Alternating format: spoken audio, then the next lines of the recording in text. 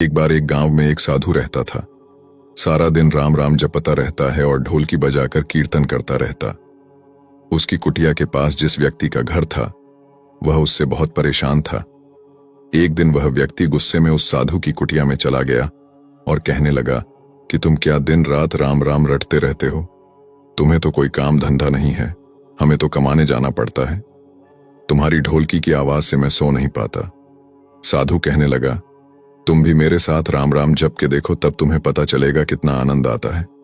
वह व्यक्ति ने थोड़ा खींचकर कहा, अगर मैं तुम्हारे साथ राम राम जपता हूं तो क्या तुम्हारा राम मुझे खाने के लिए रोटी देगा?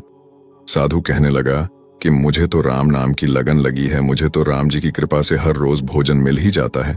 तुम भी राम राम जप के देख लो, मुझे भरोसा है भगवान तुझे खाने को जरूर देगा।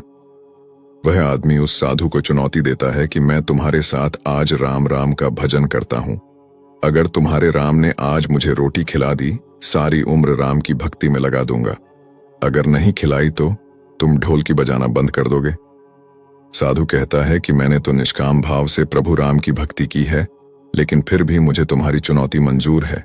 वह व्यक्ति साधु के साथ बैठकर राम राम का जाप करता है और मन में निश्चय करता है कि चाहे कुछ हो जाए, मैं आज भोजन नहीं करूंगा।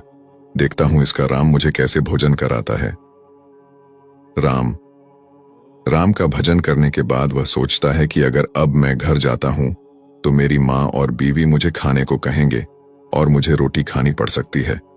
लेकिन मुझे साधु को चुनौती में हराना है, इसीलिए वह घर जाने की बजाय गांव के पास के जंगल में चला जाता है।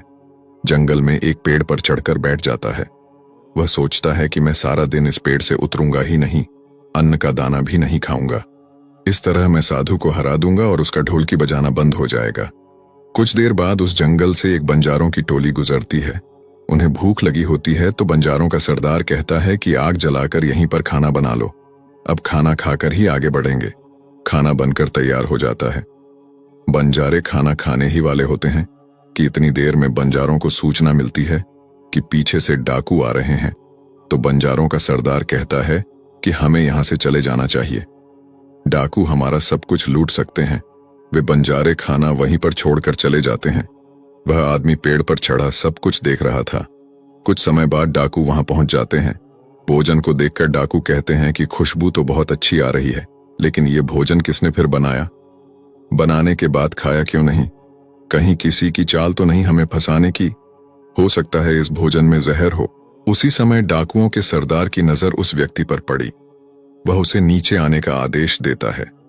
डाकू उस व्यक्ति से पूछते हैं, हमें मारने के लिए क्या भोजन तुमने बनाया है? वह बेचारा मिन्नतें करता रहता है कि मैंने यह भोजन नहीं बनाया, इसमें जहर नहीं है, यह भोजन बंजारों ने बनाया है। आपके आने की खबर सुनकर वह जहां से भाग गए, लेकिन डाकुओं के आगे उसकी एक नहीं चलती। डाकू से कहते हैं कि अब तुम्हें यह भोजन खाकर दिखाना पड़ेगा, क्योंकि हमें लगता है कि तुमने ही यह भोजन बनाया है और इसमें जहर मिलाया। अब तुम ही सबसे पहले यह भोजन खाओगे। वह जिद पर अड़ा रहता है, मैं यह भोजन नहीं खाऊंगा, किसी कीमत पर नहीं खाऊंगा। डाकुओं का शक और गहरा हो जाता है। वे बंदूक की नोक उसके सिर पर रखकर कहते हैं, तुझे यह भोजन खाना पड़ेगा, नहीं तो गोली खानी पड़ेगी। वह व्यक्ति भोजन कर रहा है और साधु को याद करते करते आंसू उसकी आंखों से बह रहे थे। उसने कहा था कि मेरा निश्चय है कि राम नाम जप लेगा तो राम तुझे भोजन भी देंगे। उसके भोजन करने के बाद डाकुओं ने उसे छोड़ दिया। अब उसे विश्वास हो गया कि बंजारों को और डाकुओं को राम जी ने ही भेजा है। वह सीधा साधु की कुटिया में चला गया और जाकर उनके चरणों में प्रणाम किया और उन्हें सारा वृतांत सुनाया। अब उस साधु से भी ज्यादा उसे राम नाम की लगन लग गई। उसने अपना पूरा जीवन राम जी को समर्पित कर दिया। जो सच्चे भाव से श्री राम नाम का जाप करता है, उसका जीवन हीरे के समान हो जाता है। भगवान श्री राम उसके सारे कष्टों को हर लेते हैं।